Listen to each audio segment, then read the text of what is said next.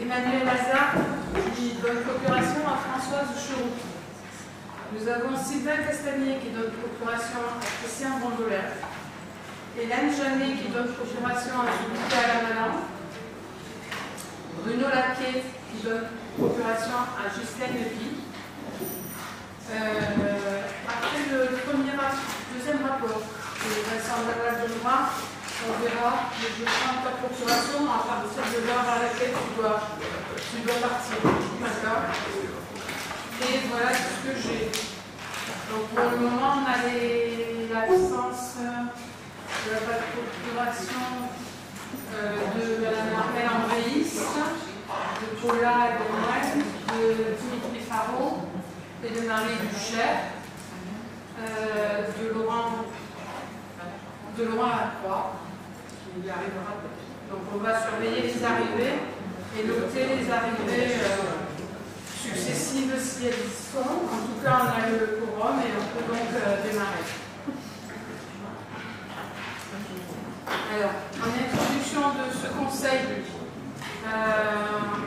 je souhaitais parler bien entendu d'un événement qui préoccupe toute la commune, même s'il y a des événements aussi nationaux et internationaux qui nous préoccupent. En tout cas, quand ça concerne la commune, c'est vrai que c'est bien de parler un petit peu de ce traumatisme que Malmort vit depuis une semaine, avec la tentative d'enlèvement de la jeune fille de 13 ans, mercredi dernier.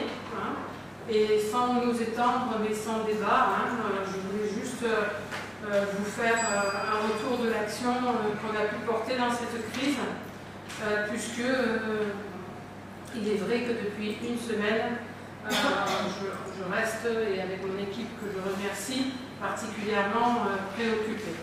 Donc, dès jeudi, j'ai fait un mail à tous les groupes minoritaires pour information, et puis surtout prendre aussi ses responsabilités d'élus face à un fait grave pour notre commune, et qui a de l'impact, certes pour la famille et la jeune fille, mais aussi pour tous les habitants du lotissement et tout le village de Malmort, puisque tout le village en est affecté. Je tiens à féliciter l'intervention des voisins.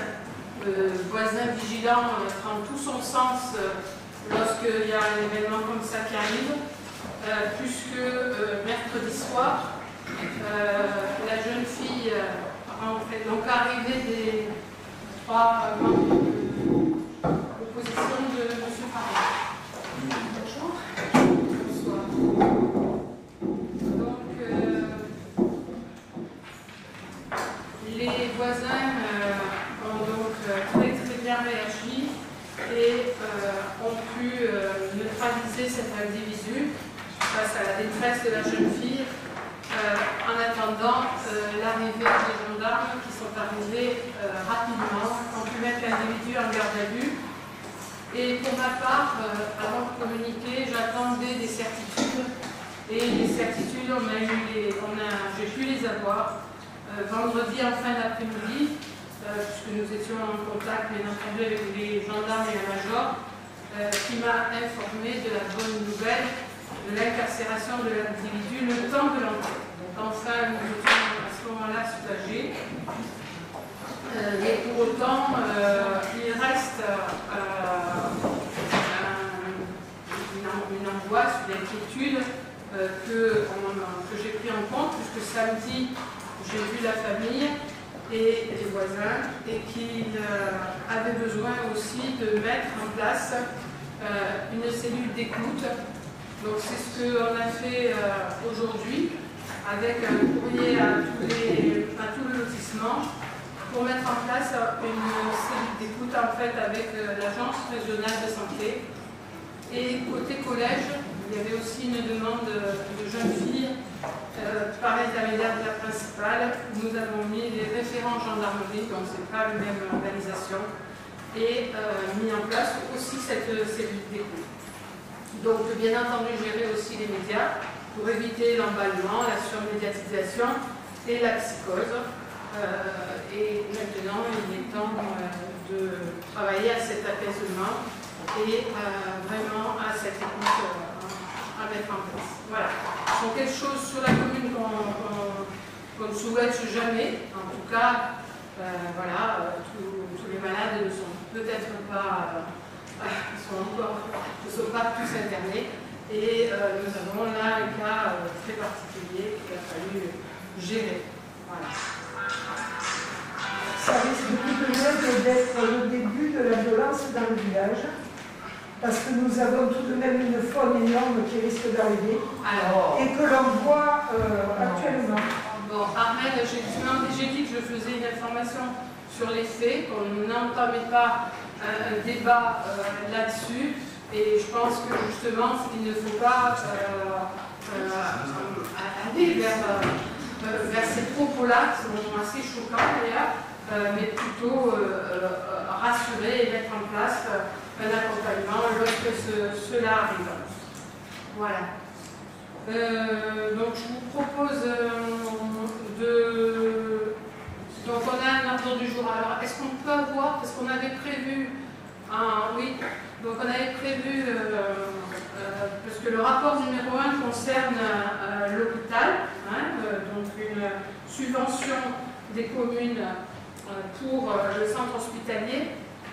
Donc je voulais, avant ce rapport, mais peut-être qu'on va dire que l'ordre du jour, que la secrétaire est Ghislaine Lévy, et que je remercie, que l'ordre du jour a 12 rapports, et que le premier rapport, en lien avec l'hôpital, nous avons une petite vidéo rapide, et j'ai aussi un résumé d'Hélène Janet que j'excuse, mais qui est le référent Civu hôpital, qui m'a fait un petit résumé dont je vous le lirai après. En effet, le procès verbal, je pense que c'était Morissette Agier avec 17 pages qui nous avait fait ce compte rendu. Si on peut passer vite aussi sur ce procès verbal et enchaîner sur la vidéo et le rapport 1, ce serait bien, mais en tout cas, on répond aux questions s'il y en a sur ce procès verbal, sinon on passe au vote rapidement. Est-ce qu'il y a des questions? Oui.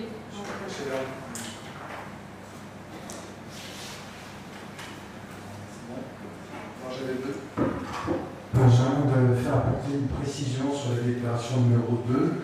Je m'étais sur ce qui concerne le comité consultatif culture. Je m'étais abstenu, mais j'ai souhaité que la raison pour laquelle je m'abstiens apparaisse. J'avais précisé que je soutenais la démarche, mais que je m'abstenais parce que je n'étais pas associé à cette démarche. Quelle page? Page 5 du document. Page 5, pour une abstention, Éric Boucher, en précisant la raison de l'abstention. Tout à fait. D'accord. On le vérifie à la vidéo et on le laisse. Donc, oui, on va tous voter. Donc, à inscrire la raison de l'abstention. Donc, pour cette correction sur le procès verbal, qui est contre? Qui s'abstient? Donc, ce sera signifié. D'autres questions? Oui, M. Platon. Oui, une remarque et une demande de complément. En page 2, j'ai évoqué la demande de rapport sur l'innocuité du gazon synthétique que j'ai demandé à un conseil précédent. Sauf erreur de ma part, je n'ai toujours pas reçu les documents. Voilà, ça c'est une remarque. Et donc j'aimerais bien recevoir. Et en page 16, à propos du track, la phrase qui est citée est incomplète et ne me permet pas de comprendre ce qui a été dit. Donc j'ai dit entre le nécessaire, l'indispensable et le nice to have, donc c'est l'anglais, excusez-moi. Et le nice to have. C'est pas le superflu, mais c'est ce qui fait plaisir. Donc le nice to have, on ne fait pas les bons choix. Donc ça serait bien de rajouter le nice to have Comme ça, on comprend mieux ce qui est dit. Et si on le disait en français, En français, ça ne m'est pas venu à l'idée directement, mais si vous avez une proposition, volontiers. C'est pas le superflu, c'est sympa à posséder. Pardon? Qui est sympa à posséder. Voilà. Très bien. Donc, on précise. Est-ce que le conseil municipal est d'accord pour rajouter cette précision qui est un détail, mais qui est une chose, qui est contre, qui s'abstient? Alors, François.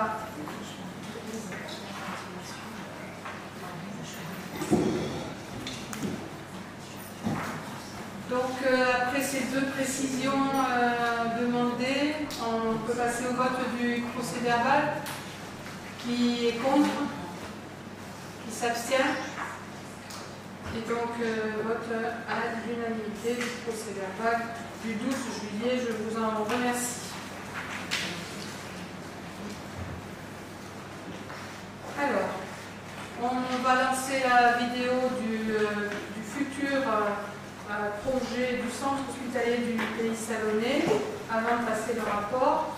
Et je ferai une lecture de ce qu'a préparé Hélène Janet, puisqu'elle a été à toutes les réunions. Et on peut, assez rapidement, mais dans le respect du travail et de ce qu'elle a préparé, je le lirai dans un deuxième temps.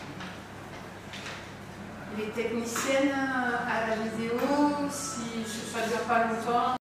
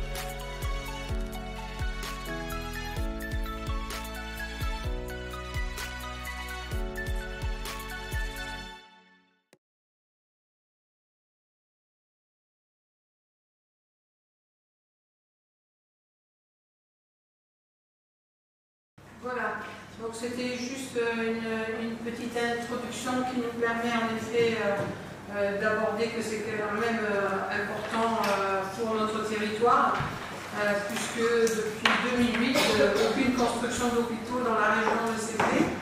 Et on a l'actuel hôpital de Salon, on on a plus de 1000 agents hospitaliers qui y travaillent, 65 000 malades par an pris en charge et 42 000 urgences sont effectuées dans l'année. Donc ça c'est donc le résumé des 20 années, avec un hôpital qui a retrouvé son équilibre financier. Toutes les 20 communes participent à l'achat du terrain donné à l'État et on a acceptation de l'État pour la reconstruction. Donc c'est important pour ce rapport que nous avons passé en 1. Il fallait bien entendu trouver le terrain adapté à ce projet. Aujourd'hui, c'est fait avec cette acquisition sur 9 hectares à proximité de l'autoroute, sachant que l'achat du terrain est d'un montant de 4,5 millions et que les 20 communes portent ce projet en CIVU. On avait créé un CIVU pour l'achat du terrain et améliorer bien entendu les conditions de travail des internes, du personnel soignant et offrir aux patients une prise en charge optionnelle. Donc on parle de village de santé car c'est un accord de mutualisation entre le public et le privé, hôpital, clinique, etc.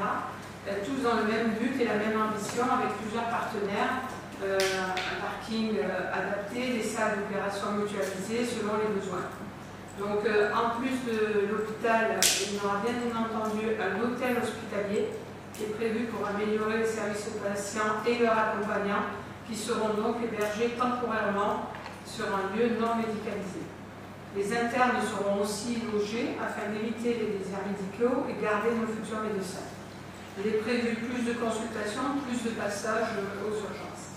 Alors il y aura bien entendu de la prévention, du dépistage, des prises en charge des malades avec un panel de services accessibles financièrement et un partage de plateaux médicaux, techniques, imagerie et 5 salles de bloc opératoire, donc 2 salles pour l'endoscopie. Les bâtiments seront modulaires, on l'a vu, pour s'adapter aux soins. On passe de 314 lits actuels à... Non, on passera à 314 lits alors qu'on en a 247 aujourd'hui.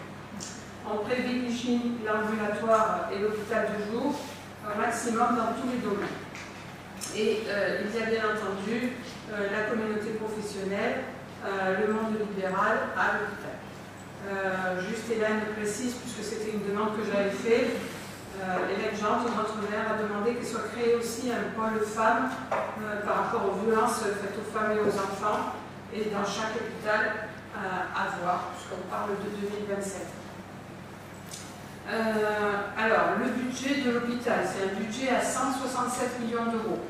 Donc, il est désormais bouclé grâce à une séance exceptionnelle du conseil qui a eu lieu, qui a montré où Hélène était présente et qui a permis de préciser que l'État apporte 98 millions, la région 6 millions, la métropole 10 millions, le département 6 millions, l'hôpital lui-même actuel fait un emprunt de 23 millions, Salon, la commune, apporte 7 millions, il y aura le foncier vendu de l'hôpital actuel pour 17 millions, et toutes les communes apportent les 4,5 millions de l'achat du terrain.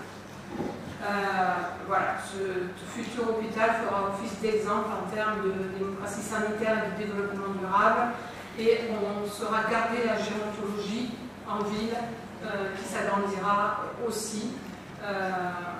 Voilà. Et la commune a géré le foncier de l'ancien hôpital avec le PF-PACA pour garder la main sur le devenir de ce lieu, puisque vous vous en doutez, au niveau des promoteurs, c'était quand même très visé, convoité. Merci. Voilà pour l'hôpital, et donc nous, on a une petite contribution, du coup, qui nous ramène au rapport, puisqu'on avait décidé en CIVU que ce serait 10 € par habitant pour l'achat du terrain, et qu'on est parti sur la population INSEE en janvier 2015, puisqu'on s'en occupe depuis très longtemps, et la participation de Manuel pour l'acquisition du terrain est de 58 880 €. Voilà, donc le rapport précise tout ça.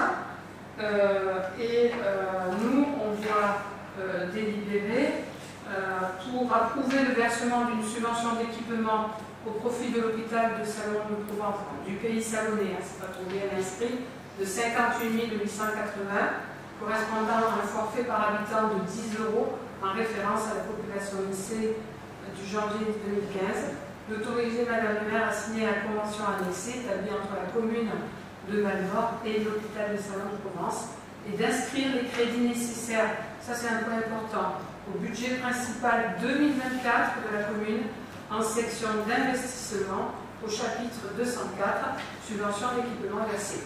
Voilà. Donc en fait, on passe la délibération actuellement, mais ce sera bien inscrit au budget 2024 en investissement, ce qui est une bonne chose, parce que voilà, notre fonctionnement étant très contraint, on préfère l'avoir en investissement. Est-ce que vous avez des questions sur ce rapport numéro 1? Monsieur Farou. Oui, bonsoir Madame le maire. Bonsoir.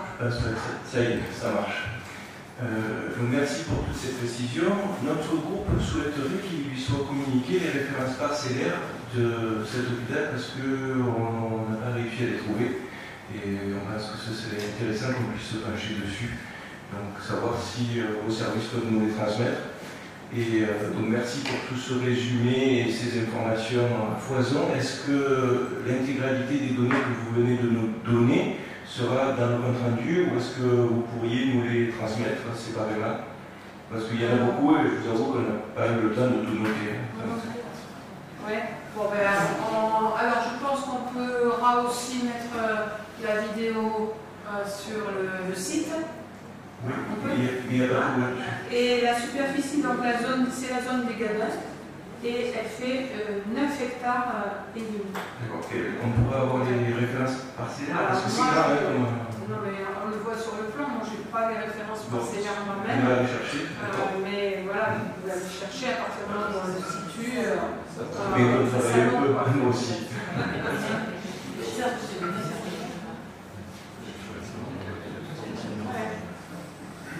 Et donc toutes les autres infos, on pourra les avoir. Vous venez d'énumérer. Toutes les autres infos que j'ai énumérées, c'est-à-dire la lecture du texte d'Hélène et les chiffres, ils sont sur le régional. Donc voilà, le chiffre. Merci monsieur le maire. Voilà. Pas de souci, je pense qu'on parle depuis assez longtemps de ce nouvel hôpital. Et donc, voilà. Ok, merci. Moi, je suis très surprise qu'en créant un très grand hôpital avec toutes ses fonctions merveilleuses et magnifiques dans tous les domaines, qu'il y ait très peu de lits en plus de ce qu'il y a actuellement. C'est très surprenant que le nombre de lits soit si petit. Oui, alors c'est quelque chose, c'est une question tout à fait qu'on avait posée en réunion, parce qu'on a eu de nombreuses avec Hélène, de nombreuses réunions avec l'ancien directeur de l'hôpital, le nouveau, les équipes, etc. Et en fait, ça paraît bizarre de passer de 247 à 314, mais c'est parce qu'en fait, il y a une autre médecine maintenant. Il y a une médecine ambulatoire et en fait, on reste beaucoup moins à l'hôpital. Et au niveau des lits, les besoins, voilà, c'est pas sous-dimensionné par rapport à justement la nouvelle médecine pratiquée et le temps resté à l'hôpital. Parce que tout de même, vu que la population grandit, il est intéressant de le soumettre, de voir. Non, mais ces questions-là ont été traitées, et puis après, on sait aussi que, de toute façon, il y a un coût, hein, on parle de 137 millions, et qu'après, on fait, en fait, avec, et c'est vrai que j'ai demandé que la maison des femmes existe chaque fois qu'on crée un nouvel hôpital, etc. C'est vraiment à analyser, c'est pas sûr encore que ça y soit, mais en tout cas, c'est un vrai besoin, et après, c'est une histoire de coût, Et les décisions sont prises aussi d'un point de vue de l'État là-dessus. Voilà. Une petite info. La loi 3DS, DS, ça a une signification particulière ou c'est juste comme ça? C'est un sigle ou c'est... Où est-ce qu'on... Ah oui, la loi... Ça veut dire quoi, 3DS? C'est la simplification de la loi MAPA qui était dans le transfert des compétences. Voilà. Ça en répartit les compétences. Mais 3DS, ça veut dire DS, ça veut dire... Je me souviens plus. 3DS, c'est simplification. Ouais, c'est les 3D. Différenciation, décentralisation et déconcentration. Voilà, on le dit tellement comme ça que 3DS. Simplification. Rapport numéro 1, on le vote? Oui. Une petite question. L'échéance, en fait, de construction. Tu l'as peut-être dit. 2027, en fait. 2027. D'accord. Juste pour info, par rapport à la question de localisation, tout au début de la vidéo, on voit bien le terrain, mais tout au début, c'est une zone agricole, à côté du garage. Et après, c'est basique, vous devez changer. Sinon, il va falloir que je change au plan. Ça reste intellectuel. Allez. On part? C'était important d'aborder, parce que c'est vrai que c'est très important cet hôpital. On va vraiment aller vers autre chose que ce qu'on a aujourd'hui. Donc, qui est contre? Qui s'abstient? Elle vote à l'unanimité et c'est un... Je vous en remercie.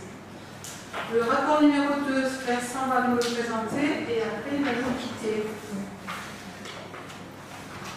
Et alors ce rapport, c'est la cession à l'euro symbolique des parcelles C6016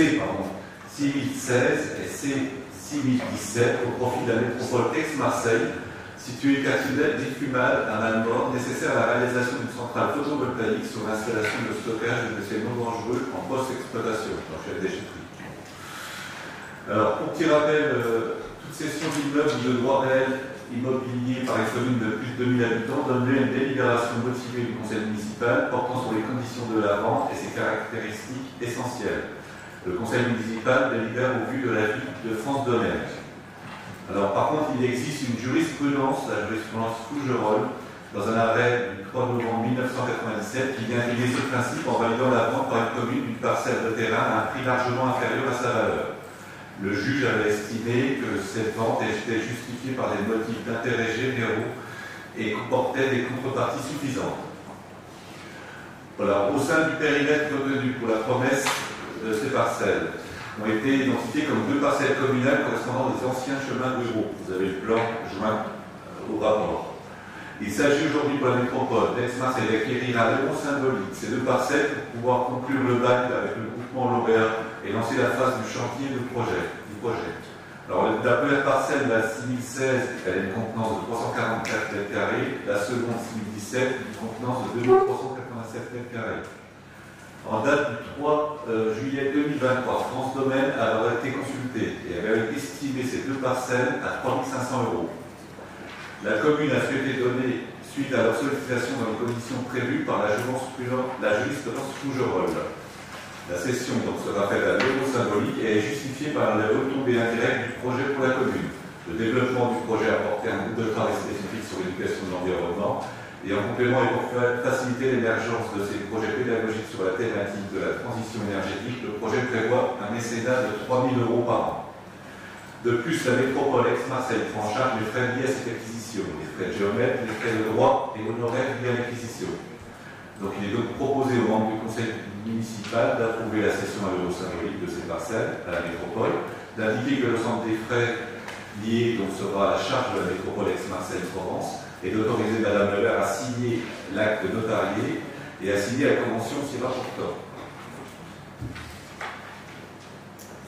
Voilà, donc s'il y a des questions, on y répond et après on passe au vote. Oui.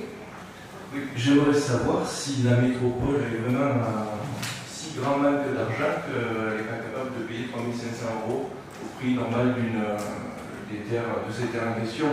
Parce que ça, on aimerait bien faire, on spolie un peu ça fait plusieurs fois que ça arrive que les terres partent pour pas grand chose.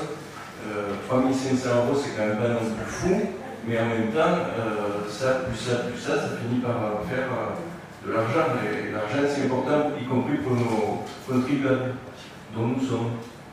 Donc est-ce qu'il a été demandé à la métropole de payer 3 500 € ou est-ce que c'est nous spontanément qui avons proposé 1 €?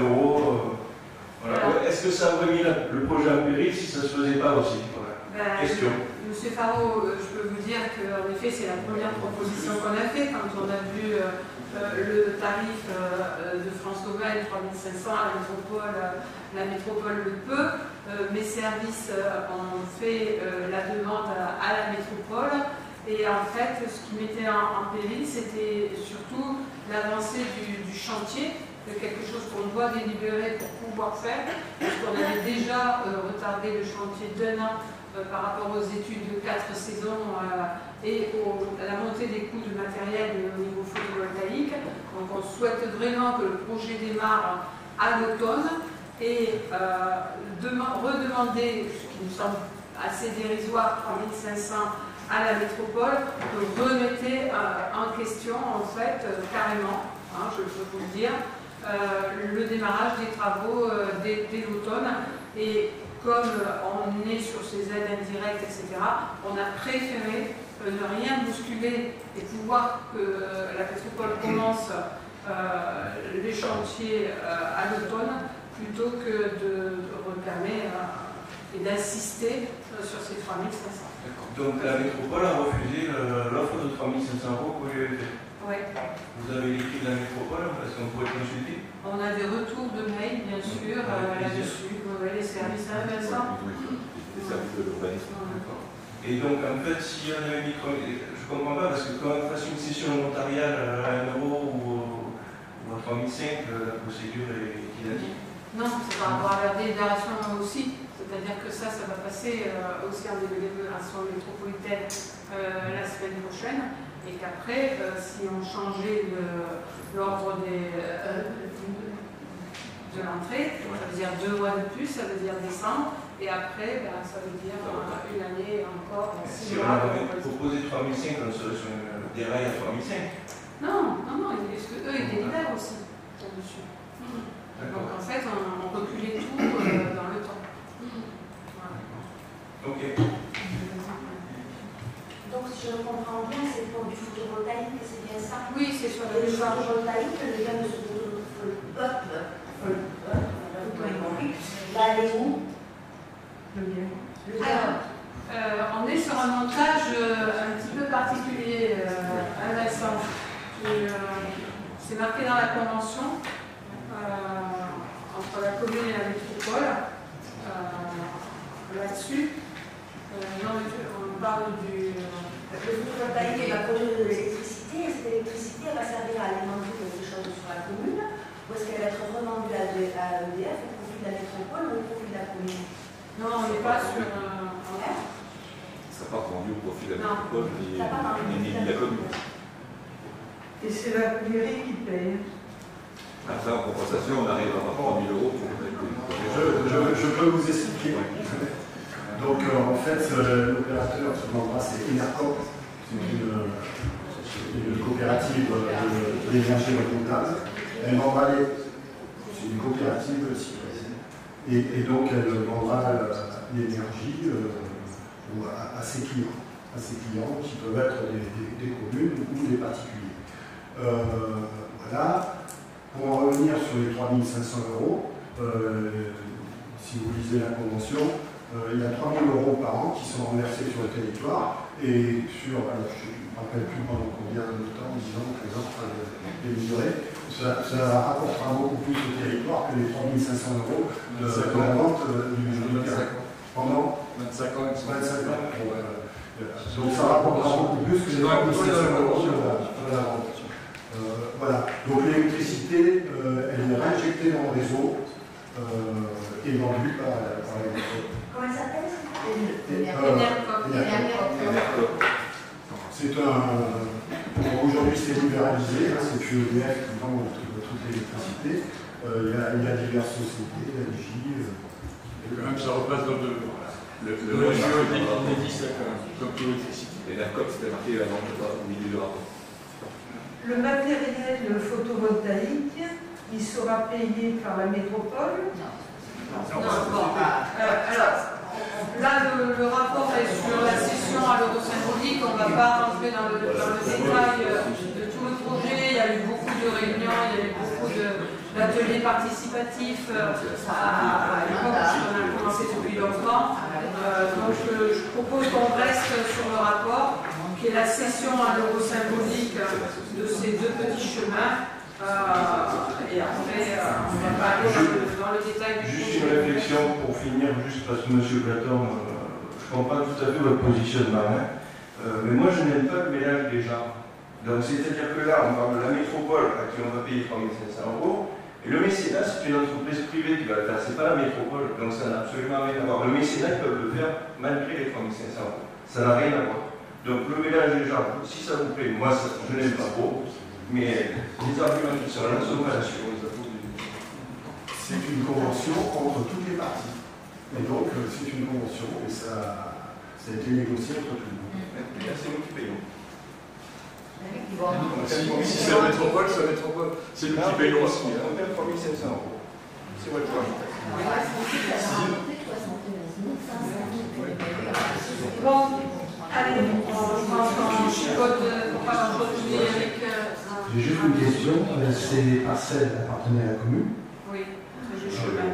C'était peut-être l'enseignement de la caisse des écoles, j'ai l'impression. Je propose le fait que le rétro la métropole, ça facilite l'instruction du dossier. Je vois pas pourquoi ça a bloqué.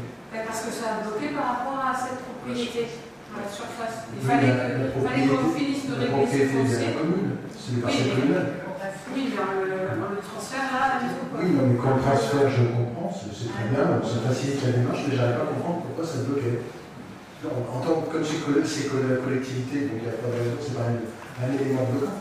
Puisqu'on est propriétaire, donc en fait il suffisait des dossiers, je ne vois pas pourquoi ils sont bloqués. Ça aurait été un privé, je comprends, il aurait pu s'opposer, mais nous on ne s'oppose pas, la métropole gère, je ne vois pas pourquoi c'est un élément bloquant. Voilà. Il y avait tout le reste appartenait déjà à la métropole. Oui, oui, voilà. Il n'y avait que les chemins qui étaient au milieu qui étaient à nous. Donc c'est juste pour rendre. C'est très bien, mais j'arrive pas à comprendre pourquoi ça bloque. Parce qu'il fallait qu'ils aient une uniformité au niveau du foncier. C'est l'administratif. Bon, enfin bref. C'est l'administratif. Ce que je veux dire, c'est que c'est pas une raison de blocage. Voilà. Sinon, tous les projets en France seraient bloqués. Voilà. En tout cas, il fallait le régulariser et je sais que c'était un blocage administratif pour lancer le chantier. Peut-être qu'ils lancent le chantier que quand ils sont propriétaires de tout le chantier. Il suffisait de le mettre à disposition. Enfin, c'est pas. Ils veulent pas le faire, c'est une chose, parce que c'est peut-être compliqué, mais c'est pas une raison de blocage, c'est sûr. Mais en tout cas, ça a bloqué là. C'est pour ça qu'on y passe. Oui, c'est la mauvaise volonté. Une dernière question, les travaux sont censés commencer quand? Ils étaient censés commencer à l'automne, donc on espère avoir de bonnes nouvelles du chantier après ce passage en métropole. Allez, on vote.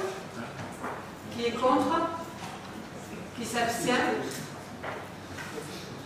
Abstention donc de l'équipe de M. Faro.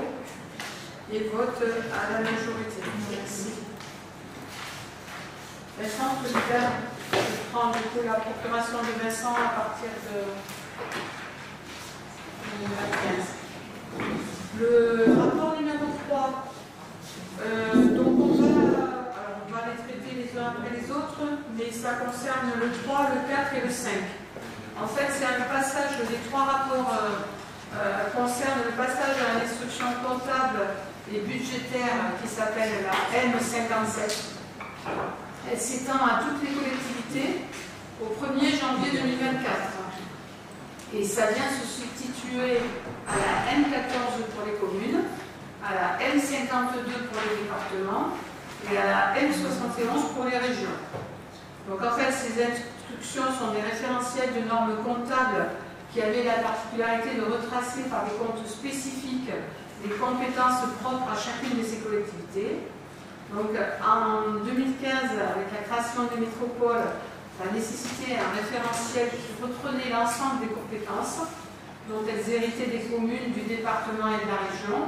Et c'est pour ça qu'on crée une M57 qui rassemble tout. Et comme la M14 en 97, la M57 rapproche les deux comptabilités, publiques, locales, et celle des entreprises. Ça se rapproche là. L'idée future et dans un avenir, c'est de permettre d'expérimenter le compte financier unique, le CFU, remplaçant le compte administratif et le compte de gestion, puisque c'est actuellement ce qu'on fait, et ça dès 2027. Donc il y a plusieurs temps à avoir. Donc ces états financiers se veulent plus clairs et plus lisibles par tous. Ils vont apporter une information financière enrichie au lecteur, que ce soit le citoyen, l'organe délibérant ou les partenaires de la collectivité. Donc c'est la loi, hein, donc on a un avis du comptable public sur le nécessaire passage à la M57. Certaines communes l'ont fait expérimentalement précédemment. Nous, on n'a pas voulu y aller, on y va là parce qu'en fait c'est assez complexe. Je peux vous dire que les services depuis travaillent avec les logiciels, bien entendu, à tout remettre dans la nouvelle norme. Voilà. Et ce passage de M14 et M57, eh bien, il faut le faire pour qu'on soit prêt au 1er janvier 2024. Donc il faut m'autoriser à appliquer la nomenclature budgétaire et comptable M57, le budget principal de la commune, et à compter du 1er janvier 2024, et m'autoriser à signer toutes ces pièces nécessaires à la présente délibération. Voilà, c'est technique, mais peut-être vous avez des questions. À ce moment-là, je demanderai à la responsable, directrice des services des finances et directrice générale des services d'y répondre. Monsieur Farou. Merci. Deux questions. Alors, est-ce qu'on est obligé cette année de passer sur cette nouvelle norme? Et si on est obligé, pourquoi on vote? Est-ce que c'est pas juste appliquer la chose? Non.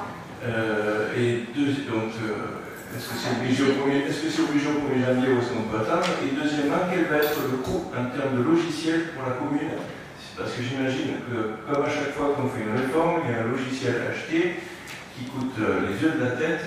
Et voilà, donc si on passe maintenant au 1er janvier, quel est le coût supplémentaire en termes budgétaires pour la commune? Alors, la question numéro 1, je peux vous dire que c'est obligatoire.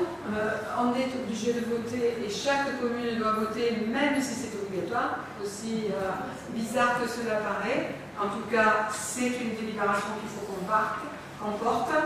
Et pour la deuxième, vous pensez finance. Moi, je pense charge de travail à nos services, mais je vais poser la question du coût du logiciel à ma DGS. Évidemment, je pense aux contribuables.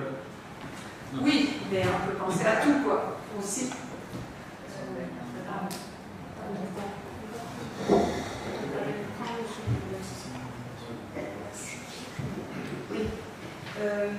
Oui, en effet, il faut revoir toutes les lignes budgétaires, recréer avec des tas de correspondances tous les comptes, transactions de fonctionnement, l'investissement, il y a des comptes qui sont concernés. Et il y a toute la nomenclature fonctionnelle, c'est-à-dire les codes fonctions qui sont les comptes de destination, où est dépensé, dans quel service est dépensé, où est fait l'achat. Donc évidemment, il y a beaucoup de refontes, mais en réalité, notre logiciel permet, on a suivi plusieurs formations, on a eu le support de l'éditeur, Berger de Fond en l'occurrence, et c'est un logiciel qui est très développé sur les petites communes, ce qui fait que ils se sont mis tout à fait à niveau et des moyens humains et des moyens financiers des petites communes. Donc il y a eu beaucoup de formations, comme disait Madame le maire, il y aura du temps humain, c'est la chimie. On a commencé ça avant l'été. pour clôturer sur les anciennes lignes et réouvrir un exercice sur les nouvelles lignes. Donc pour l'instant, c'est que du temps humain, du temps homme, comme aussi, des femmes en l'occurrence, et il n'y a pas de frais supplémentaires liés au logiciel du tout, c'est lui qui va prendre le relais sans problème. Juste une petite précision, est-ce que l'adhésion à cette chose-là était obligatoire au 1er janvier 2024, ça? Oui. Alors en réalité, il y a eu des phases expérimentales qui permettaient aux communes de commencer dès 2020-2021 à adopter la M57. Ça a permis de relier un petit peu tous les mécanismes et les éditeurs de se mettre à la page. On avait été sollicité par le comptable pour être aussi parmi ces communes cette phase d'expérimentation. J'ai refusé de mon propre chef au motif que dans l'absence du directeur financier, et on pouvait attendre cette affaire-là. Par ailleurs, personnellement, j'avais connu la passation de la 14 dans la 57, la communauté d'agglomération à la métropole. Donc, j'en connaissais un peu les contours, même si chaque logiciel présente des difficultés bien différentes.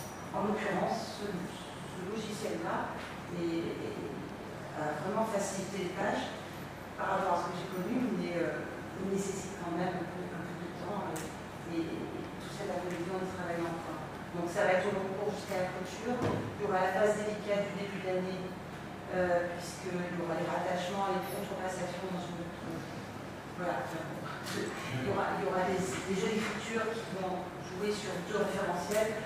Voilà, mais la première paye, donc de ligne, voilà, sera faite sans difficulté. Ok, alors une dernière petite précision, si vous me le permettez, Madame la Directrice. Est-ce qu'il y aura facilité à comparer ce qu'on a aujourd'hui et ce qu'on va avoir demain? Alors, est-ce que ça chamboule tout? Ça ne chamboule pas tout, il y a quelques comptes qui changent de chapitre et on donnera des tables de correspondance. Dans un premier temps, il va y avoir une petite session de formation auprès des référents comptables, auprès des chefs de service. Mais déjà, pour la préparation budgétaire, ça ne changera rien. Pour la lecture de tous, il se peut que la colonne pour mémoire, qui fait référence au budget de l'année d'avant, ne soit pas tout à fait du même ordre, puisque la difficulté, ce n'est pas quand le compte change, c'est quand il change de chapitre. Donc, il y a des petits comparatifs qui vont nous obliger à l'exercice de présentation. Mais dans le document comptable, en tout cas, le préfet et ses services accepte pour cette année une dérogation sur le court mémoire si on n'arrivait pas à le travailler suffisamment et qu'il soit le reflet entre par les anciens comptes et le nouveau compte. Ça va être très difficile. C'est pourquoi ils ont admis que ça pouvait ne pas figurer sur le document. Donc, mon inquiétude, elle était là, en fait, c'est qu'en fait, nous, en tant que profanes en comptabilité, c'est déjà complexe pour un comptable, pour nous qui sommes simples élus, pouvoir faire des correspondances d'une année à l'autre et savoir ce qui se passe, c'est un peu compliqué. Donc mon inquiétude était là. Si vous nous accompagnez, j'espère que c'est là. En gros, les chapitres restent les mêmes, sur le 011, sur le 65. Et puis aussi, ici ou là, on voit quelques discordances qui ne permettent pas une dimension. Évidemment, on fera l'effort de suivre nécessaire. Merci. Voilà, donc en tout cas, merci vraiment les services parce que les finances, ils travaillent depuis cette année et c'est encore une grande charge. Monsieur Belaton. Oui, j'avais une question. Je vois que cette nomenclature permet des facilités sur la fongibilité des crédits et sur les dépenses imprévues, qui avant se traitaient par BPM, je suppose. Donc là, quelle sera la transparence et le niveau de connaissance des élus sur ces facilités? Alors, du coup, la transparence sera la même, puisque justement, c'est quelque chose sur lequel on ne va pas. Puisqu'il faut délibérer pour cela. Et en matière de fongibilité de crédit, la faculté sera donnée à l'organe délibérant de déléguer à l'exécutif possibilité de procéder à des mouvements de crédit entre chapitres dans la limite de 7,5% des dépenses. Hein, et en matière de gestion du crédit pour les dépenses imprévues, l'organe délibérant de vote et d'autorisation d'engagement dans la limite de 2% des dépenses réelles. Donc, là, oui, Madame Verne, vous pouvez répondre. On ne va pas sur ce, sur ce chapitre-là. C'est la possibilité qui est donnée par la L57, c'est une fragilité et l'ouverture d'appel sur les dépenses imprévues à chaque fois qu'il est délibéré. Donc on verra dans le règlement budgétaire, si on le parcourt, en tout cas si vous l'avez vu, que la possibilité est donnée pour, dans le règlement budgétaire comme dans la loi, pour autant on délibérera si on le souhaite. Le parti pris là, au démarrage, c'est de ne pas l'adopter pour une meilleure visibilité. Et on fera des DM un peu traditionnels. Et je ne vous cache pas que pour les services, on reste sur le même discours et la pédagogie est plus efficiente. Si on a changé les règles, ça serait plus difficile pour tout le monde. Ok, merci. Voilà, donc c'est une souplesse que nous ne prendrons pas. Pour le rapport numéro 3, est-ce qu'on peut passer au vote? Qui est contre? Qui s'abstient? Abstention de l'équipe de M. Favreau et vote à la majorité. Merci. Le rapport numéro 4, comme je le disais, c'est toujours en relation avec la L57, c'est l'adoption du règlement budgétaire et financier. Alors, bien entendu, c'est un règlement qui a été travaillé par les services sur une base référencée d'un règlement et adapté en fait à la particularité de Malmort, avec un travail important là-dessus technique. Et justement, comme vous le disiez, M.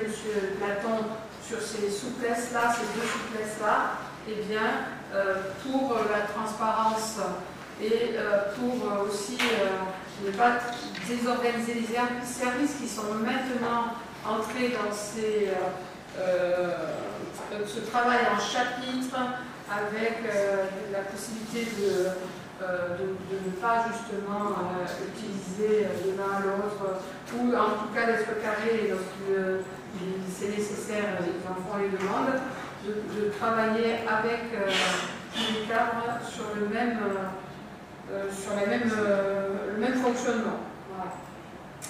Donc, je propose d'adopter ce règlement budgétaire comptable qui serait applicable au 1er janvier 2024. Si vous avez des questions, on y répond par l'intermédiaire aussi de la directrice générale des services, mais c'est très technique et c'était une base normale. Sinon, on passe au vote. Qui est contre? Qui s'abstient? Abstention de l'équipe de M. Favreau. Donc, vote à la majorité. Merci. Et le numéro 5 est toujours pareil, en rapport avec la M57, mais il concerne les modalités d'amortissement à compter du 1er janvier 2024. Et vous avez donc, bien entendu, ce qui est obligatoire, qui est précisé sur les durées, et ensuite un tableau qui rejoint un peu le tableau qu'on avait, mais avec quelques petits changements à la marge, et notamment il y avait des frais de document d'urbanisme qui n'apparaissaient pas, donc il a fallu mettre des durées d'amortissement à toutes ces lignes. On avait aussi, peut-être qu'on avait toutes ces lignes, on les avait, Madame Vergne, ou il y en a, oui. Voilà. Mais on les avait, d'autres on les a affinés, certaines étaient inutiles, donc on a profité pour améliorer et ajuster les durées en fonction des nouvelles modalités d'amortissement pour la différence. Voilà, donc la grande nouveauté dans cette M57, c'est que l'amortissement maintenant se fait au prorata temporis et que du coup ça va un petit peu complexifier la chose puisque on le calculait sur l'année Et l'année d'après, là, si on achète par exemple un véhicule au mois de juin, eh bien, il faudra compter l'amortissement dès l'achat du véhicule et il faudra penser pour 6 mois, le reprendre après pour l'année et lorsque ça sera terminé, pour un véhicule c'est 5 ans, eh bien, la dernière année, reprendre les 6 mois. Hein. J'essaie de vous expliquer ça par un exemple assez simple de qu'est-ce que le prorata temporis. Mais en tout cas, ça va être très complexe au niveau de nos totaux des modalités d'amortissement et des présentations, surtout lors du budget. Des questions? S'il n'y a pas de questions, on passe au vote. Qui est contre? Qui s'abstient? Abstention de l'équipe de M. Faro et vote à la majorité. Alors, je vais laisser le rapport numéro 6 à Julien Boulignot. Il s'agit de la contribution de l'OGEC, une délibération qu'on a l'habitude de passer chaque année. Tout à fait, c'est une convention annuelle que nous passons avec l'OGEC, puisque comme le prévoit le Code de l'éducation, la commune est tenue de verser une participation auprès du fonctionnement d'une école privée sous contrat d'association qui est sur son territoire. Donc la commune doit verser à l'OGEC l'équivalent de ce que coûte un enfant pris en charge par la commune dans les écoles privées, publiques. Donc sont à prendre en compte ici l'ensemble des dépenses de fonctionnement liées aux équipements sportifs de l'école, liées aux aides. On a un sifflement, mais on ne sait pas si l'enfant dans le micro. Ah, il chauffe. Voilà. Pardon. Donc, on va calculer le coût moyen d'un élève sur la commune pour ensuite contribuer au financement des élèves, des écoles. Sont pris en charge dans ce calcul le calcul des charges personnelles. On prend en compte l'ensemble des agents techniques, des ADSEM, des services administratifs en lien avec l'éducation sur une base de 52 semaines, ainsi que tout l'entretien hebdomadaire des sites en lien avec l'éducation, c'est-à-dire médiathèque, équipements sportifs, cinéma, théâtre, salle de spectacle. La charge des bâtiments sont pris en compte aussi, notamment tout ce qui est fluide, chauffage, eau, gaz, électricité. Des fournitures diverses que la commune paye aux écoles, photocopies, etc. Et le calcul sur lequel nous sommes tombés cette année pour l'année scolaire 2022-2023, on est tombé sur un coût moyen annuel de 1 168,88 € par élève sur le compte de référence, en référence au compte administratif 2022. Il était de 963 l'année dernière. On peut donc observer une augmentation de ce coût. Ce qui monte la participation 2023 de la commune à l'OGEC à 95 848,16 €. Il est donc proposé aux membres du conseil municipal d'approuver la contribution 2023 de la commune à l'OGEC Saint-Michel pour un montant de 95 848,16 €. D'autoriser Madame le maire à signer la convention et à prendre toutes les mesures d'exécution de la présente délibération. Merci. Donc, s'il y a des questions sur cette délibération, on y répondra. Oui, voilà. Oui, alors moi, c'est pas des questions, c'est juste, on est informé de 2 erreurs. Donc, la première, c'est comme l'année dernière, c'est une erreur sur le président OGEC, qui n'est pas M. Émeric Pons, mais M. Combe-Chardini.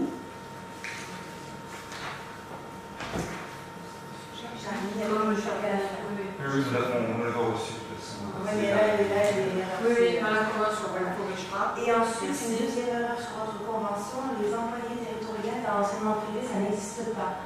Les ADSEM n'existent pas, ce sont des auxiliaires scolaires. ADSEM veut dire ce sont des employés territoriaux, et uniquement des employés numériques. ADSEM n'existe pas dans l'enseignement privé. C'est un fort contexte. Vous chargez du personnel.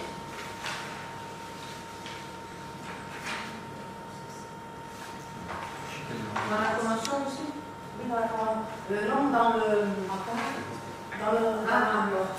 Alors, je parle moi des ATSEM, c'est qu'on prend en compte le coût des ATSEM dans les écoles publiques pour ensuite les reporter sur le financement qu'on doit à un élève du privé. D'accord. Alors, oui, dans ce cas-là, oui. D'accord.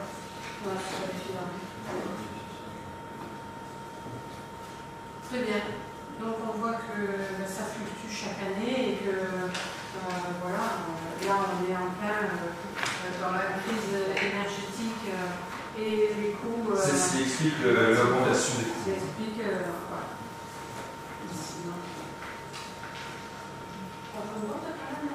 Oui, on le vote, bien sûr. Ouais. Donc s'il n'y a pas d'autres questions, on va voter. Qui est contre? Qui s'abstient? Et donc, vote à l'unanimité. Merci. C'est le micro qui chauffe. Je laisse le rapport numéro 7 à Morissette Agier. Concerne convention d'occupation du domaine public pour la métropole. Alors, convention d'occupation du domaine public.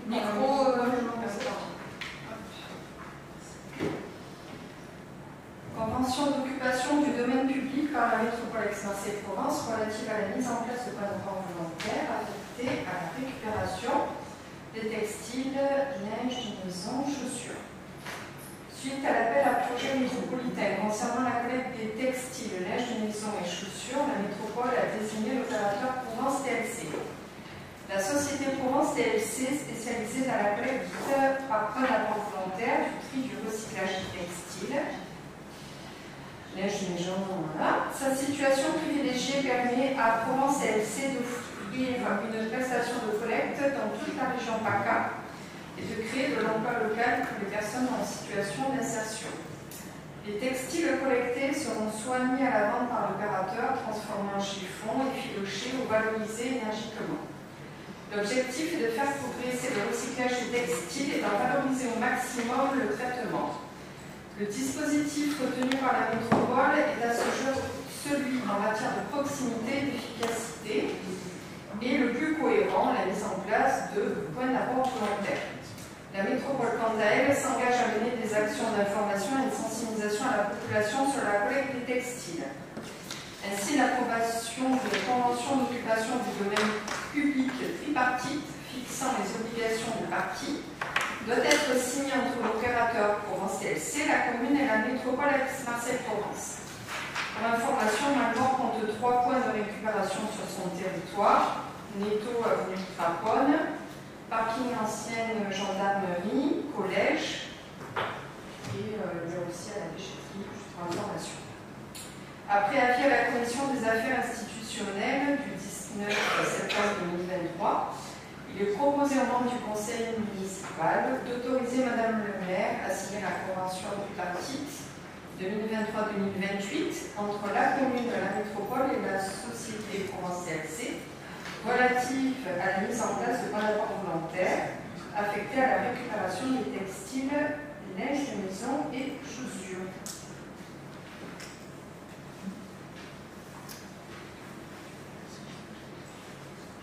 Voilà, donc en fait, nous les 3 points sont les 3 points qu'on a dans la convention là, et dans les annexes, et on n'a pas le point de la déchetterie, donc on posera la question parce que des fois c'est peut-être pas les mêmes opérateurs. C'est aussi ça, donc on le signalera pour qu'il y ait une correction dans la convention.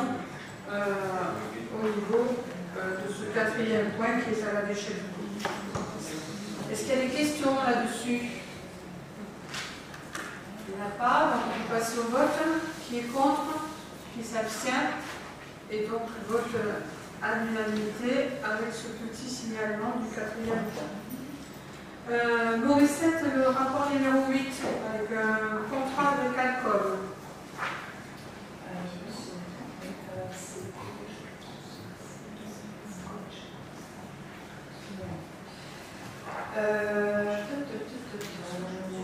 Rapport numéro 8.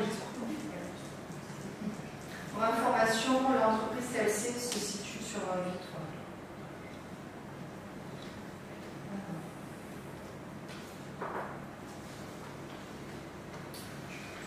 Alors, contrat avec l'éco-organisme Alcom, donc qui est tout nouveau pour la réduction et le traitement des mégots.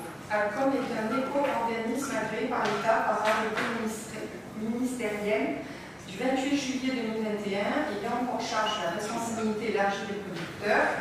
Les produits de tabac équipés de filtres composés en toute partie du plastique et de produits qui sont destinés à être utilisés avec des produits du tabac relevant du 19e de l'article L541-10-1 du Code de l'environnement de la obligation de responsabilité élargie.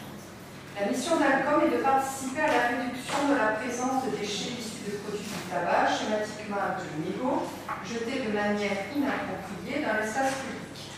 Alcom a comme principal objectif la réduction de la présence de mégots dans les espaces publics à hauteur de 20% de réduction en 3 ans, 35% de réduction en 5 ans, 40% de réduction en 6 ans. Les actions perspectives pour Alcom sont de sensibiliser nos fournitures d'outils de communication et de sensibilisation, améliorer, mise à disposition de dispositifs de collecte fixe et de cendriers de poche, soutenir, soutien financier aux communes qui s'engagent, assurer l'enlèvement et la prise en charge des coûts de valorisation de mégots collectés sélectivement à hauteur de 100 kg de mégots massifiés.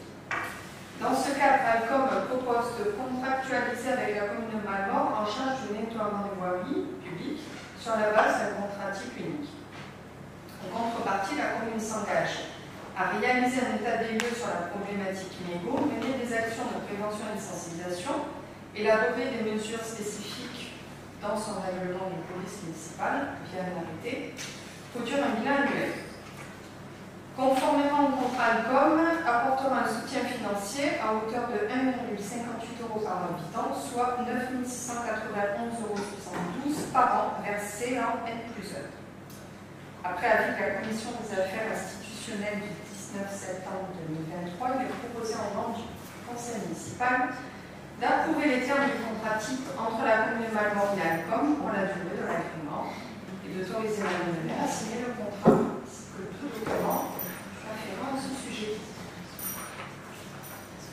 Voilà, merci pour ce rapport et cette convention. Est-ce qu'il y a des questions? Non? Oui, monsieur Lecoq.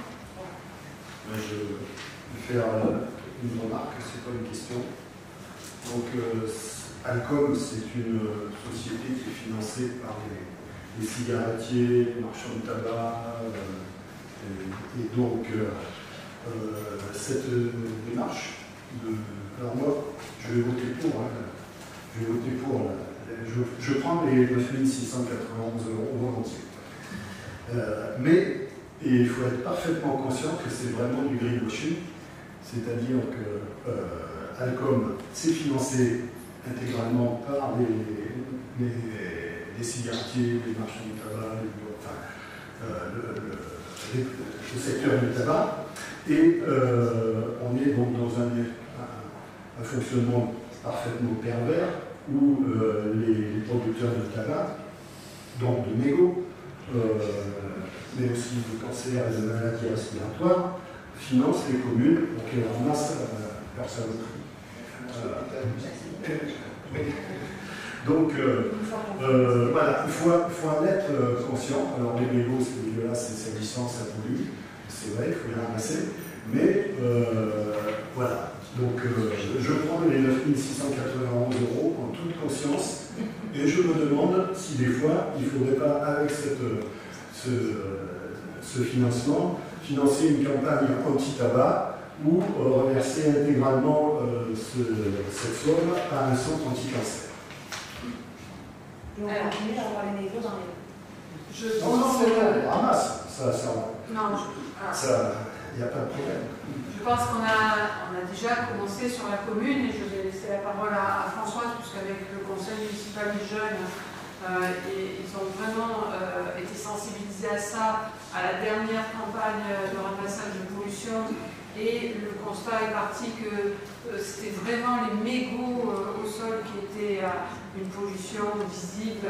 Ils avaient fait aussi avec les pochoirs, tout ce qui part, il s'en va à la Durance, par les poches d'égout et donc du coup à la mer. Et du coup, lorsqu'il y a eu cette proposition, en effet, comme on dit, certaines établissements s'achètent une bonne conscience aussi en finançant cela, mais en tout cas, si ça peut aider la commune à investir et à travailler encore à cette sensibilisation, mais vous ne les avez peut-être pas vus, mais il y en a déjà 2 déposés. Et donc, Françoise, vas-y, explique qu'avec tes petits jeunes, ils ont vraiment bossé là-dessus.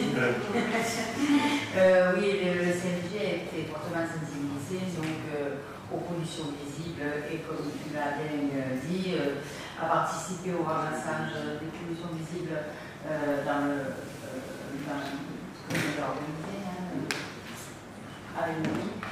Et là, en plus, dans leur projet, avait initié donc, une recherche de récolte des mégots. Et bon, puisque de toute façon, on a du mal à lutter contre ça. Et donc, on avait choisi de mettre des cendriers, entre guillemets, pédagogiques. C'est-à-dire pour inciter les gens à jeter leurs mégots dans ces cendriers-là. Alors, il y en a 2 qui sont proposés des jeux de boules. Et puis, non, c'est ce que tu avais proposé, celui près de. Là, sur la place de la Poste. Oui, mais il y en a un autre qui est de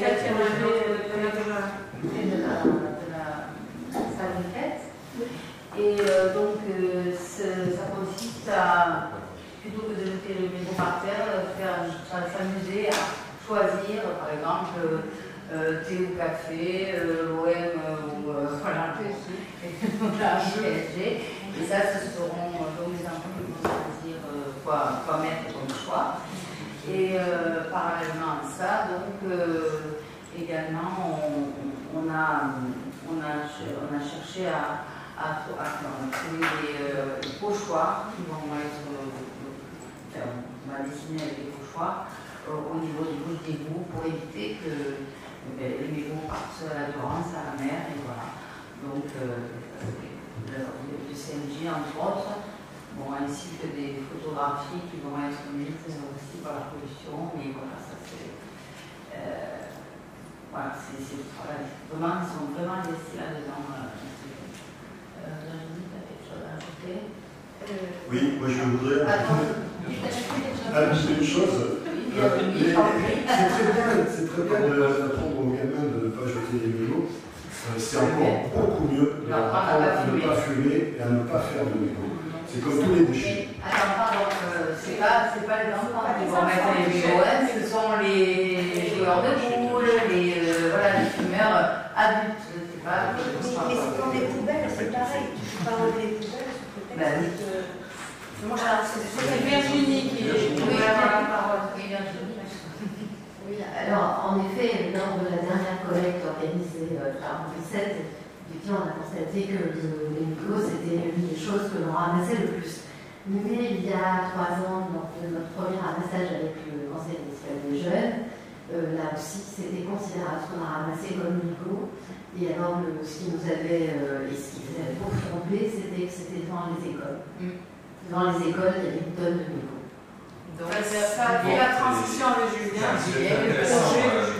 Dans le cadre du PEDT, on travaille depuis maintenant de nombreux mois sur la sécurisation dans les écoles. On avait un exemple concret ces derniers temps, puisqu'on a décidé en concertation de fermer les rues au moment des entrées et des sorties des écoles.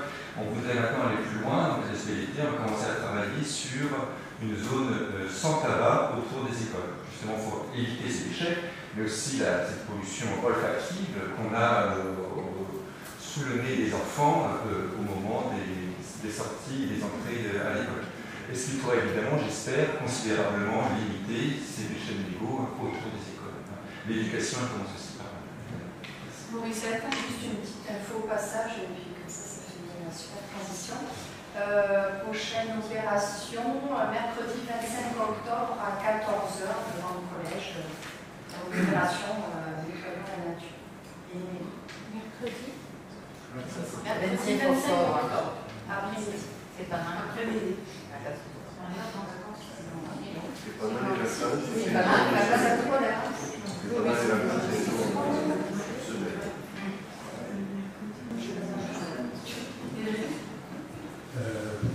Donc il y aura une contribution à €1,58, mais il y a quand même une contrepartie de la mairie, hein, puisqu'il faut réaliser l'état des lieux sur la problématique des Mégots.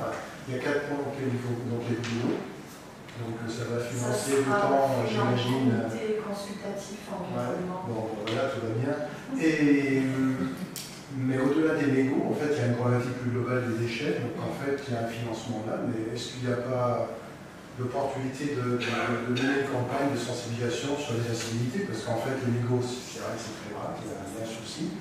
Mais alors, quand on se balade dans la campagne de des fossés, etc., c'est la quelqu'un avec les canettes, etc. Donc, quitte à faire une campagne de sensibilisation sur les problématiques de déchets, j'aurais tendance à dire, il ne faut pas se faire de pierre de coups, parce que ça va perdre tout ça. Bien sûr, de toute façon, toutes les incivilités, des pots sauvages, voilà, les poubelles électriques qui ne sont pas respectées. On a vraiment ce problème-là, comme toutes les communes. Et je pense qu'en effet, bon, il y a le comité environnement qui travaille. Je sais que vraiment Gérard, avec Objectif Terre, peut-être aussi faire ce lien avec, et surtout qu'on est d'autant plus inquiet qu'au 1er janvier 2024, il va y avoir en effet une taxe avec la métropole sur les pollueurs des déchets doivent les régler, notamment au niveau des entreprises et des collectivités aussi. Donc il y a des campagnes de sensibilisation là-dessus sur comment on traite les déchets et on réduit, il faut réduire de toute façon drastiquement tous les déchets par habitant. Hein, on consomme trop, voilà, et là on n'est pas bon, et donc il y a tout un accompagnement à faire, et après, au-delà de l'accompagnement et de la pédagogie à avoir, on doit travailler aussi sur les sanctions, parce que actuellement je peux vous dire que nos services techniques passent du temps, et énormément de temps, à ramasser tout ce qui n'est pas. Mais pourquoi on le fait? Parce que si on ne le fait pas, ça devient vieux et ça s'accumule. Donc ils sont actifs là-dessus, mais c'est fatigant aussi pour eux de toujours recommencer la même chose, au même endroit de tri. Les gens qui ne respectent pas, et je l'avais dit la dernière fois en m'offusquant sur les crottes de chiens, mais pas que, quoi. C'est tout, ce sont les poubelles, ce sont le tri, ce sont les dépôts sauvages. En campagne, on jette par les fenêtres. Voilà, donc un vrai travail à reprendre conscience de cette pollution que chacun contribue malheureusement par le non-respect des règles. Oui, du coup, je vois qu'il y a élaboré des mesures spécifiques dans le règlement de police municipale par arrêté. Donc, aujourd'hui, on peut faire la synthèse, on peut avoir la synthèse des arrêtés qui existent sur ces problématiques et ceux qui nécessiteraient d'être faits pour sanctionner, parce qu'en fait, là maintenant, on se pose la question si un policier municipal voit quelqu'un jeter son mégot par terre, est-ce qu'il doit lui donner une contravention? En fait, c'est possible dans ce travail-là. Actuellement, si quelqu'un ne ramasse pas sa crotte de chien, par exemple, le policier municipal il y a une arrêté sur la commune où il peut verbaliser. Ça, c'est clair. Mais après, on a d'autres arrêtés comme ça, sur la divulgation, sur le tri, sur... il y en a pas mal d'arrêtés, mais si on l'a marqué, il y a des mesures spécifiques, c'est que Là, on ne doit pas l'avoir hein, sur les logos. Non, mais on va le faire suite à.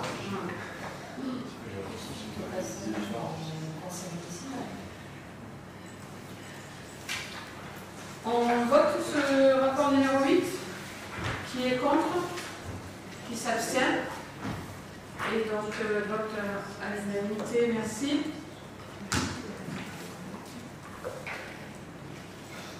Voilà, il arrive le rapport numéro 9 qui est l'approbation de la convention avec le CDG 13 à la mission d'assistance et de conseil référent déontologue de l'élu local.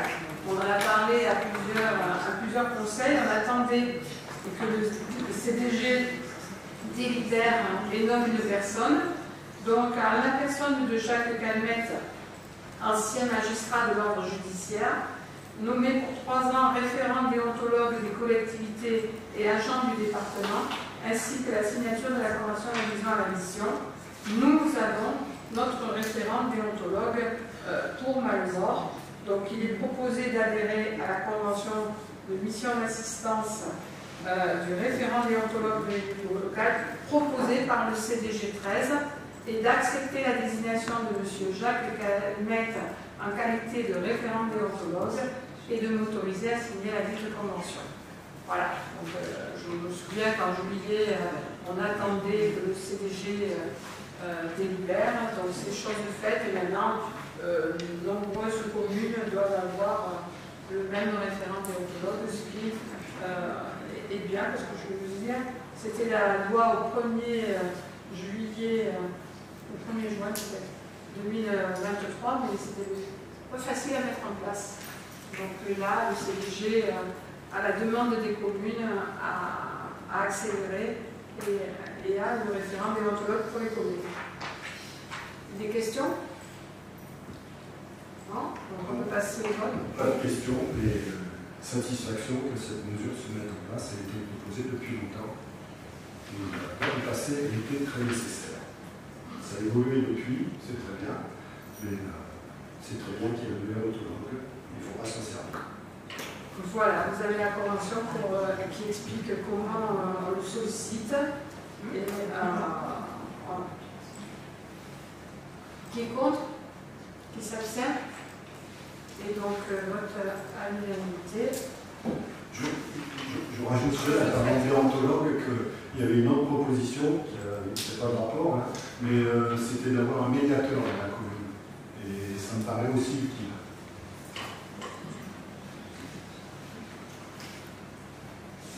On a pris note. Le rapport numéro 10, ce sera Gérard Vérodier qui nous le présentera. Alors, c'est l'approbation de la convention départementale culturelle Provence-en-Seine de la saison 2023-2024 avec le conseil départemental du Bouches-du-Rhône. Alors, le département s'est engagé depuis de nombreuses années dans le soutien d'actions en utilisation de notre domaine culturel. Le conseil départemental a souhaité une synergie entre les communes et les artistes du département dans le but de faciliter l'accès de tous au spectacle vivant ainsi que développer le lien social. Les objectifs de Provence-en-Seine sont sensibiliser et aider les municipalités à inscrire l'action culturelle dans leur développement, c'est depuis longtemps, élargir la demande culturelle dans l'ensemble du territoire en favorisant une programmation de saison, élargir et fidéliser les publics en favorisant l'accès des publics prioritaires du conseil départemental, favoriser la mise en réseau des acteurs culturels locaux dans la construction de la programmation d'une saison culturelle, créer des parcours de sensibilisation du public et des acteurs artistiques, sociaux, éducatifs locaux, professionnaliser et étendre le réseau de diffusion du spectacle vivant du département, aider à la circulation des artistes départementaux dans les communes moins peuplées du territoire.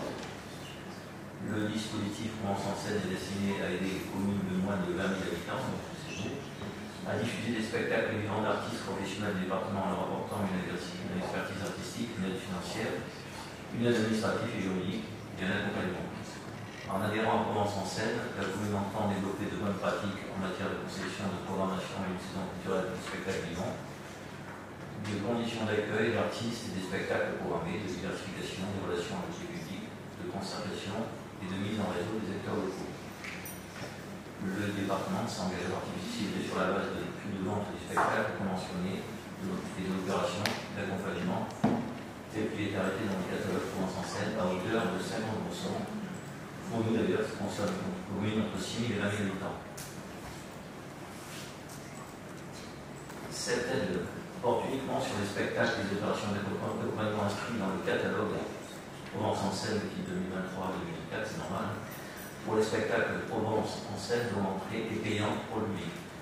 Toutefois, par dérogation, des spectacles pourront être proposés gratuitement dans certains champs artistiques, le spectacle joué dans la rue, la vie des rues, le jeune public dans le catalogue, ainsi que des concerts donnés lors de la fête de la musique. Cette aide est plafonnée à 10 spectacles maximum. J'ai aussi un plafond financier. La participation financière départementale sera directement allouée aux producteurs en tant qu'au-signataire du contrat de cession et du contrat d'exploitation. Elle ne pourra dépasser 17 000 € par saison annuelle et sera versée par mandat administratif. L'organisateur, quant à lui, s'engage à élaborer une programmation pour la période du 1er octobre 2023 au 30 septembre 2024. On est en retard, on ne l'a pas fait. Il s'engage à prendre en charge le part du coût d'un spectacle et d'éventuelles opérations d'accompagnement restant à sa charge, les frais liés à la communication concernant le spectacle, hormis les affiches fournies par le producteur. On ne l'a pas fait, mais il y a quand même une très bonne programmation. Je peux vous parler, il y a quand même la science, c'est la somme de la science, il y a le 6, il y a la mécanique quantique, et le 10, il y a une c'est la planète la cercle unique, c'est pour des publics différents. Voilà. Bon. Je suis entre parenthèses. Après avis de la Commission des affaires institutionnelles du 19/9/2023, il est proposé au membre du Conseil municipal d'approuver la convention de partenariat culturel Provence en scène 2023-2024 avec le département des Bouches-du-Rhône. D'autoriser Madame le maire à signer la dite convention et tout le point y afférent pour soutenir les dépenses et les recettes sont inscrites au budget municipal. Voilà, des questions sur cette déclaration? Oui, moi je trouve regrettable que le Conseil départemental des Bouches-du-Rhône ne donne des subventions, que ces subventions soient attribuées uniquement aux artistes du spectacle, alors qu'il y a plein d'autres artistes professionnels dans d'autres domaines qui pourraient également être subventionnés pour organiser des manifestations artistiques dans les rues de plein de villages. Je trouve regrettable que ça s'arrête uniquement aux artistes du spectacle, alors qu'il y a des quantités d'artistes dans plein de domaines différents et qui pourraient faire de belles manifestations artistiques dans les villages. Oui, il y a une manifestation de rue, effectivement, il y a la peinture, je pense que tu penses à la peinture. Voilà, il y a la peinture, il y a la sculpture, il y a plein d'activités. On peut peut-être subventionner dans ce cas-là, puisque quand on fait des spectacles de rue, on a aussi des parties artistiques où les artistes viennent présenter leur tableau, leur resto, etc. Oui, mais eux ne sont pas subventionnés par rapport à ceux du spectacle. Voilà. Mais uniquement des artistes peinture, sculpture ou autre, il y a d'autres domaines, peuvent très bien faire de très belles animations dans les rues. C'est vrai que le plasticien n'est pas alors, c'est dommage. Au niveau du département, j'ai une petite explication, puisque on peut, à l'inverse, louer que le département ait mis cela en place, parce que ça nous permet d'avoir des artistes de qualité vraiment à 50%, ceux qui rentrent dans l'agenda et qui sont sélectionnés justement, parce qu'en fait c'est une compétence facultative du département, c'est bien au titre du sport et de la culture là-dessus, et que le département s'engage vraiment à ce niveau-là. Je pense que pendant Covid, par exemple, ils ont ouvert le festival au niveau des voix. Certes des artistes de spectacle, mais aussi au niveau des voix, au niveau des concerts de Noël, on a une culture riche au niveau du département et une offre là-dessus. Donc voilà, on peut regretter comme c'est les autres artistes, mais en tout cas, je pense que le département se doit aussi d'être dans une bonne gestion de son budget, surtout sur des compétences comme ça facultatives, et je pense qu'on ne peut que louer d'avoir cette possibilité jusqu'à 10 spectacles à 50%. C'est une vraie chance pour nos agendas culturels à venir. Eric ? Peut-être apporter une précision. En fait, les artistes qui veulent candidater pour être sélectionnés par le département sont audités. Donc en fait, il y a des artistes qui sont audités, ensuite qui sont retenus ou pas. Et une fois qu'ils sont retenus dans un catalogue, on peut choisir dans ce catalogue des artistes. Et en fait, l'intérêt d'avoir ce dispositif, ça permet d'avoir des spectacles de qualité subventionnés. Quand on fait des économies sur des spectacles de qualité qui coûteraient plus cher, et ces économies nous permettent de financer des artistes qui, eux, ne sont pas subventionnés. En fait, il faut le voir de façon beaucoup plus globale. Donc c'est la raison pour laquelle on a pu faire des manifestations avec des artistes qui n'étaient pas subventionnés, parce qu'en fait, on a fait une belle programmation d'un côté, de qualité, mais l'argent économisé, parce que subventionné permet d'avoir d'autres opportunités aux artistes qu'on ne peut pas subventionner. Voilà. Très bien. Donc ces précisions étant données, est-ce qu'on peut passer au vote du rapport numéro 10 ? Qui est contre ? Une question. Oui. Le catalogue, il est accessible en ligne ? Oui. Oui. Qui s'abstient ? Donc vote à l'unanimité. Merci. Françoise va nous présenter le rapport numéro 11. Et cette fois-ci, il est conséquent. Hein ? Oui. Alors, il concerne la continuité de la campagne d'adressage et plus particulièrement le golf, parce que même sur le golf, si les rues sont des domaines, n'ont jamais été validées en conseil municipal. Donc, il s'agit de dénommer 32 voies sur le domaine du golf de Pont-Royal.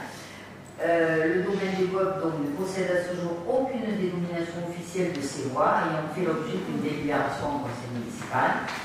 Concrètement, après que chaque habitant du domaine bénéficie d'une adresse normalisée, il faut préalablement rendre officiel le nom de l'ensemble de ces voies. Ainsi, un travail collaboratif a été engagé avec la FUL depuis plusieurs mois pour identifier l'ensemble des voies et leur attribuer un nom. Et c'est la FUL qui a été force de proposition sur les noms et un travail en interne sur le domaine ayant été réalisé par le SWEM. Donc différents cas de figure se présentent sur le domaine, c'est-à-dire qu'il y a les voies qui ont un nom existant et qui est à conserver, mais donc qui n'a pas été validé en conseil municipal. Des voies avec un nom à modifier parce qu'ils peuvent faire doublon avec des voies du village. Des voies sans nom qui sont à dénommer et des voies avec une dénomination à supprimer parce que ça fait doublon aussi. Donc, une fois délibéré, chaque nom de voie sera annoté dans la base d'adresse qui permettra d'attribuer par la suite les adresses normalisées. Et maintenant, c'est le service adressage qui s'en occupe. Une fois délibéré, chaque nom de domaine, il est noté que le compte rendu de la surface du domaine, le travail réalisé sur l'adressage sera effectué en phase successive. Donc, pour vous donner une petite idée, là, il y a 2 tiers qui vont être normalisés. Ensuite, il restera un gros tiers, mais c'est le plus compliqué à faire. La présente délibération ne couvre donc qu'une partie de votre domaine et d'autres délibérations interviendront au fur et à mesure de l'avancée du travail, de la même manière que cela a été fait dans le cadre du village et de la campagne. Alors, voilà, donc il y a 104 parties, une voie avec un nom à modifier. Alors, il y a une modification seulement sur 4 voies. Ces modifications sont diverses et variées